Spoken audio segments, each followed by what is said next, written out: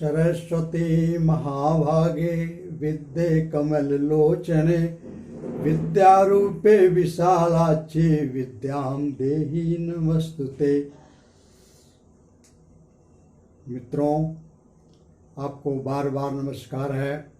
बजरंगबली आपका कल्याण करें, आपके परिवार वालों का कल्याण करें और सारे समाज का कल्याण करें।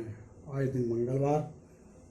मित्रों, जैसे मैंने आपको पिछली वीडियो में बताया था कि नैसर्गिक शत्रुता और मित्रता क्या होती है, उसी प्रकार से आज मैं आपको बताऊंगा कि तत्कालिक शत्रुता और तत्कालिक मित्रता क्या होती है।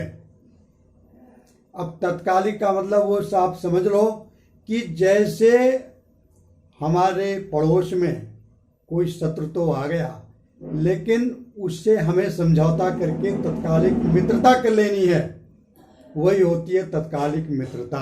हर कुंडली में तत्कालिक मित्रता आपस में बनानी पड़ती है। एक कहावत नहीं है कि समय आने पर गधे को भी दादा कह दो। कितना भी बड़ा शत्रु हो, लेकिन मेरा स्वार्थ है, मेरे पड़ोस में है, तो उसको हम शत्रुता से मित्र बना लेते हैं। इसी में भलाई है। जैसे ग्रहों ने भी आपस में किया था, और ग्रहों ने कैसे किया मैं आपको बताता हूं। देखिए,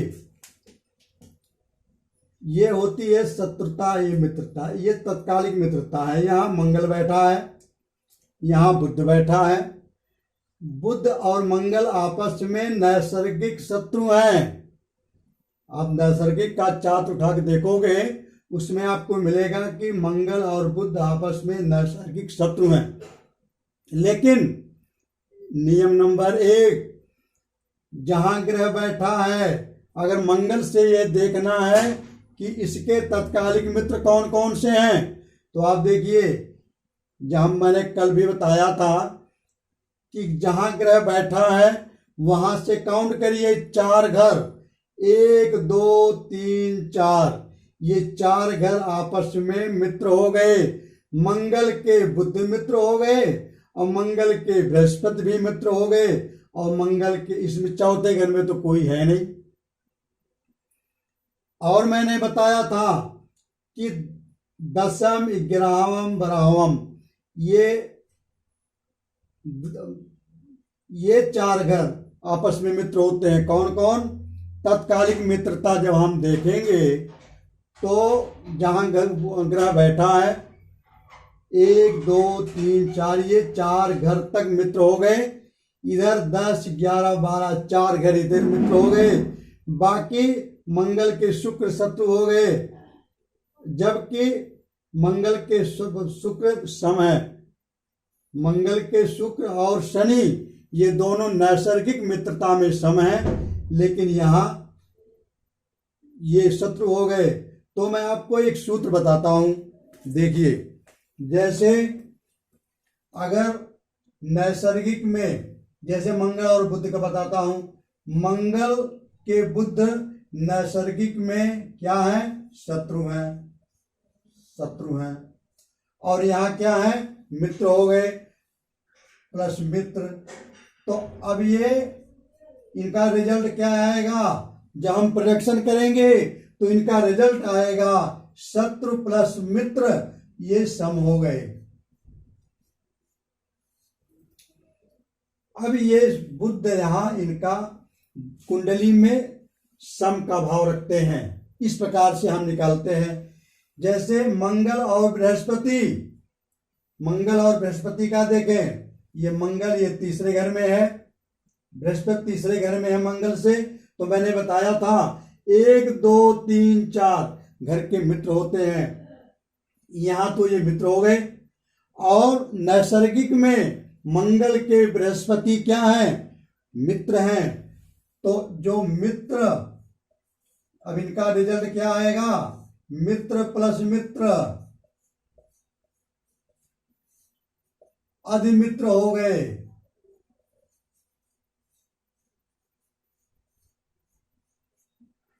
ये अधिमित्र हो गए। चौथे में कोई घर नहीं है, कोई ग्रह नहीं है। अब देखिए 10वें में, अच्छा मंगल का 5वें में देखिए, मंगल का 5वें ये शुक्र है। शुक्र मंगल के नैसर्गिक सम है, न शत्रु है न मित्र है। शनि और मंगल, शनि और शुक्र दोनों मंगल के नैसर्गिक सम होते हैं, शत्रु नहीं होते और न ही मित्र होते हैं। तो यहाँ सम हो गए और नैसर्गिक में शत्रु हो गए, सम हो गए, और यहाँ क्या हो गए, यहाँ ये नैसर्गिक में शत्रु हो गए। तो अब यहाँ देखिए, यहाँ शत्रु हैं और नैसर्गिक में ये सम है। तो इसका रिजल्ट क्या आएगा, शत्रु पर सम, तो ये शत्रु ही रहेंगे। इसी प्रकार से कोई ग्रह, कोई मित्र है, इसमें कोई मित्र है और नैसर्गिक में शत्रु है, नैसर्गिक में सम है, तो मित्र प्लस सम बराबर ये मित्र हो गए।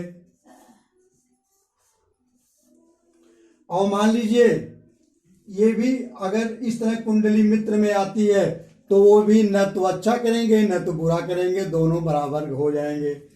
एक और बात, यदि कोई यहां भी शत्रु है, तत्कालिक में भी शत्रु है और नैसर्गिक में भी शत्रु है, तो दोनों अधिशत्रु हो गए। ये रहा सूत्र। हम कुंडली में नैसर्गिक शत्रुता मित्रता देखेंगे और फिर तात्कालिक शत्रुता मित्रता देखेंगे।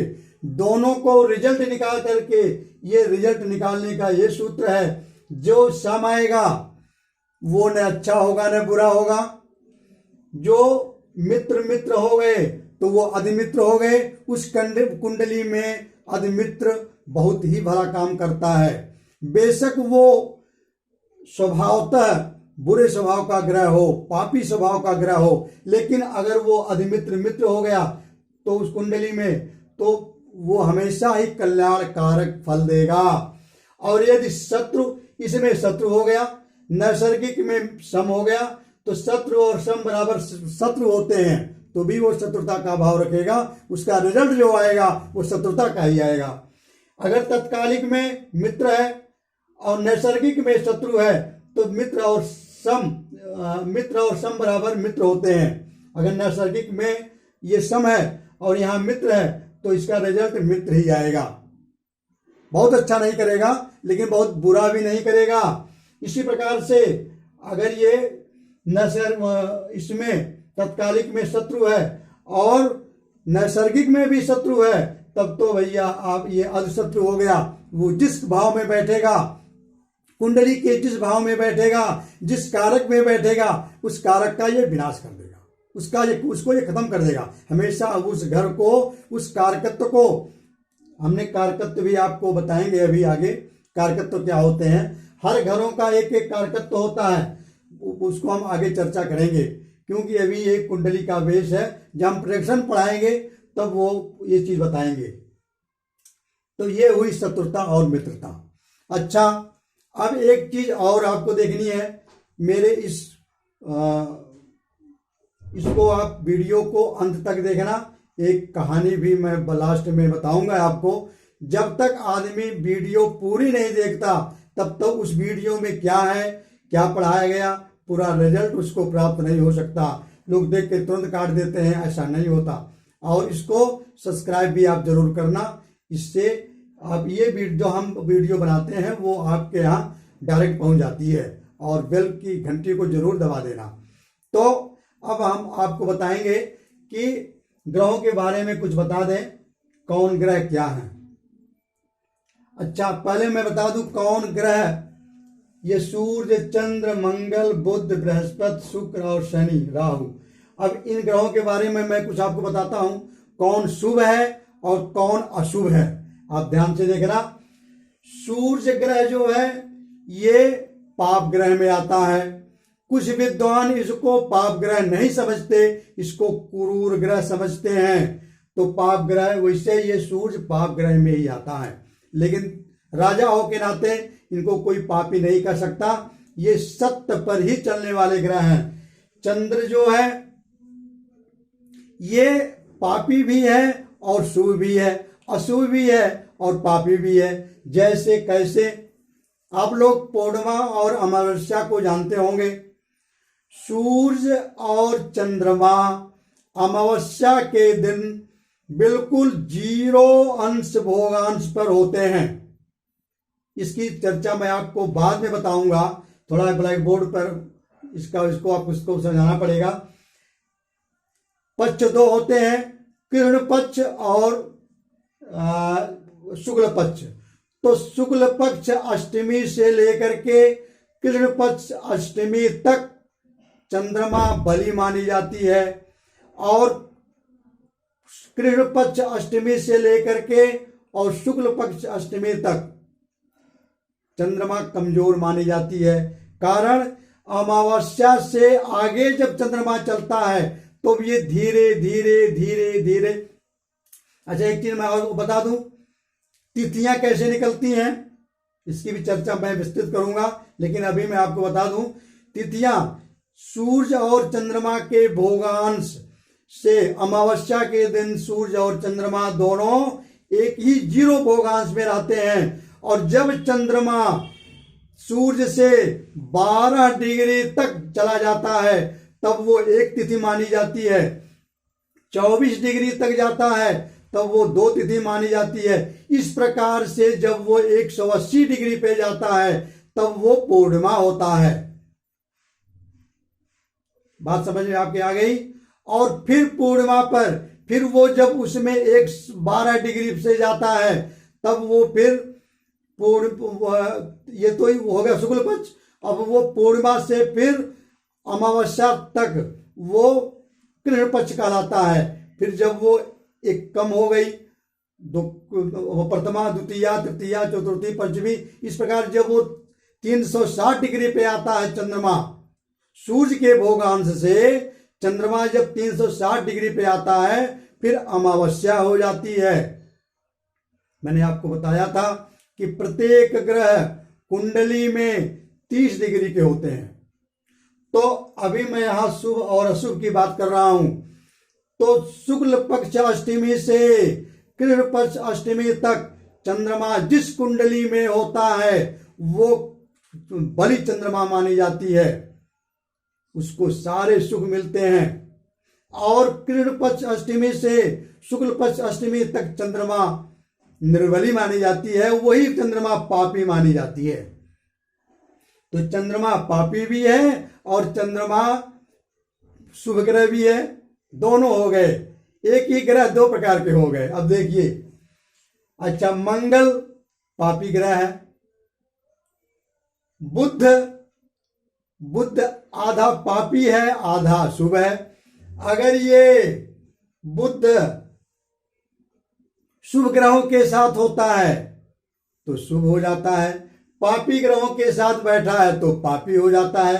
चंद्रमा की तरह यह भी रूप बदलता रहता है।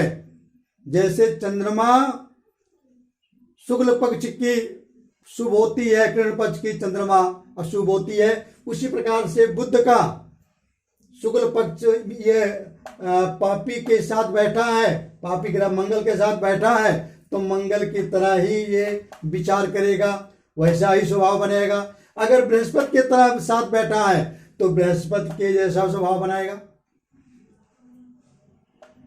तो ये पापी भी है और शुभ भी है, अशुभ भी है, शुभ भी है। अब देखिए बृहस्पति का, बृहस्पति 2 पूर्ण रूप से शुभ ग्रह हैं। ये तो देवताओं के भी गुरु हैं।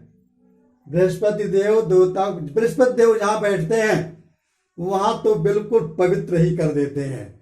जिसके लगन में बृहस्पति देव बैठ गए उसके कुंडली के 1000 दोषों को ये नष्ट कर देते हैं। और बाकी शुक्र का देखिए, है तो ये देवताओं के गुरु, देवताओं के कल्याण में ही इन्होंने अपना सर्वस्व दान कर दिया था।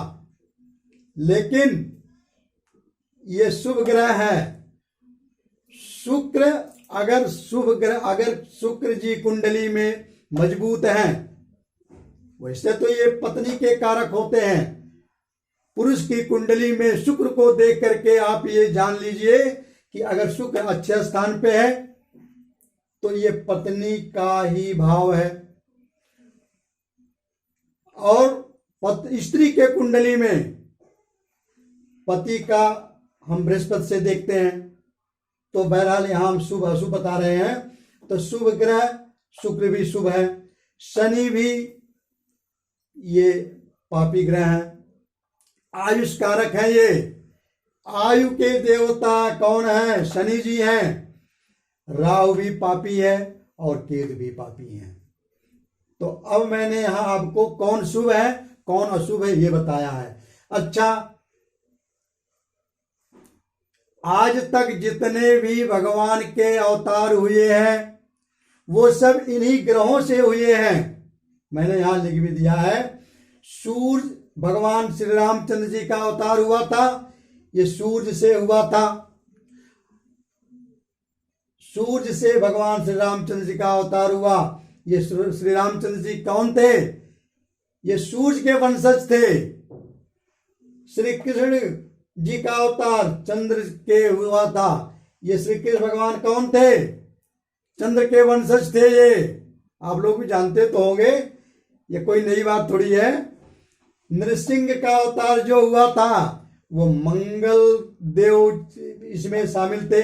मंगल जी से नृसिंह का अवतार हुआ। बुद्ध अवतार, कपिल वस्तु में जो बुद्धावतार हुआ था, महात्मा बुद्ध हुए थे, वो भगवान बुद्ध ग्रह से उत्पन्न हुए थे। ये बुद्ध।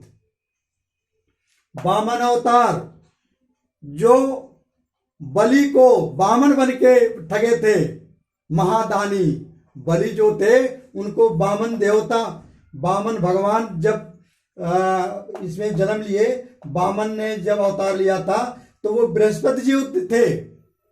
बृहस्पति जी वामन का अवतार लेकर के, भगवान का अवतार लेकर के उनकी प्रतिज्ञा को तोड़ा था और ये बलि को इन्होंने छड़ा था। परशुराम जी का, भगवान परशुराम जी का भी अवतार हुआ था। परशुराम जी के अवतार शुक्र से हुआ था। परशुराम जी का अवतार किससे हुआ था? शुक्र जी से। और जब कछुए का अवतार हुआ था, कच्छप का अवतार कब हुआ था? कुर्म का, वो शनि से हुआ था। जब हिरण्याक्ष ने पृथ्वी को चुरा करके पाताल में चुरा दिया था, पृथ्वी को पाताल में चुरा दिया था, तो पृथ्वी को बचाने के लिए भगवान नारायण ने फिर कछुओं का अवतार लिए थे। ये पुराणों में कहानियां हैं। और राहु और केतु से मत्स्य अवतार हुआ था। अच्छा, पहला अवतार मत्स्य से हुआ था।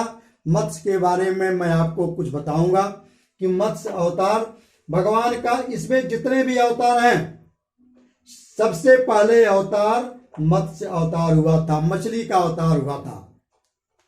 पुराणों में कथा आती है कि देवव्रत नामक एक राजा थे, गंगा में स्नान करने गए, एक छोटी सी मछली उनके कमंडल में आ गई और राजा देवव्रत बड़े ही दयालु थे, वो लेकर अपने घर आए। वो कमंडल में रखना चाहे मछली को, लेकिन रातों रात मछली इतनी बड़ी हो गई कमंडल में नहीं आई।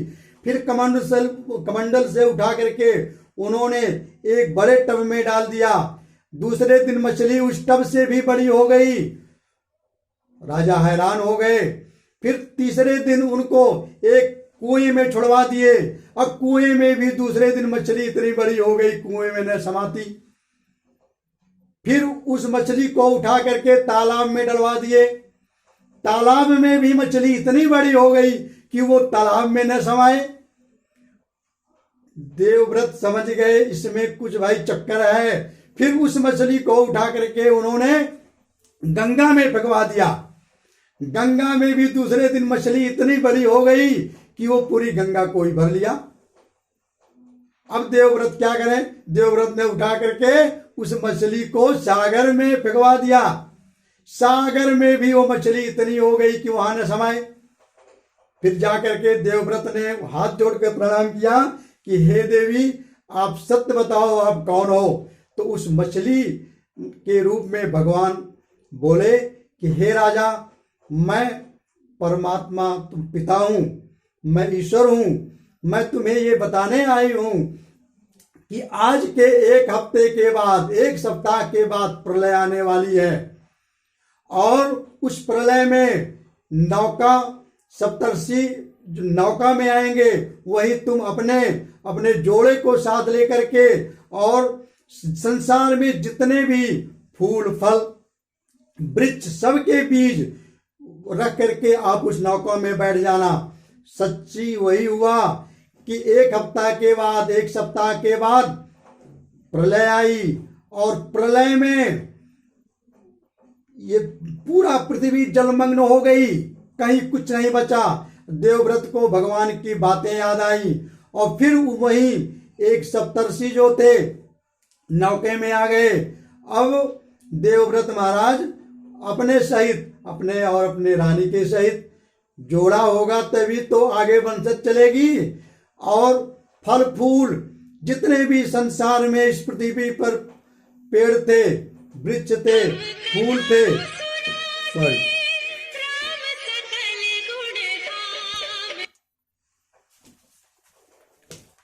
ये थे, और इसी प्रकार से जितने भी थे सब लेकर के वो बैठ गए। तो प्रलय आई, भगवान विष्णु मछली का रूप रख के, और उन्होंने अपने सींगों पर उस नौका को टिकाए रहा। फिर दूसरी बार सृष्टि चली, प्रलय से इन सत्यव्रत को इन्होंने बचाया। अच्छा, मत्स्य अवतार का दूसरा कारण एक मैं आपको और बताता हूं। पुराणों में आता है कि हयग्रीव नाम का राक्षस वेदों को चुरा करके सब पाताल में चुरा दिया था। वेदों को उठा करके पाताल में चुरा दिया था। यहाँ पृथ्वीवासियों का एक अस्त्र है वेद।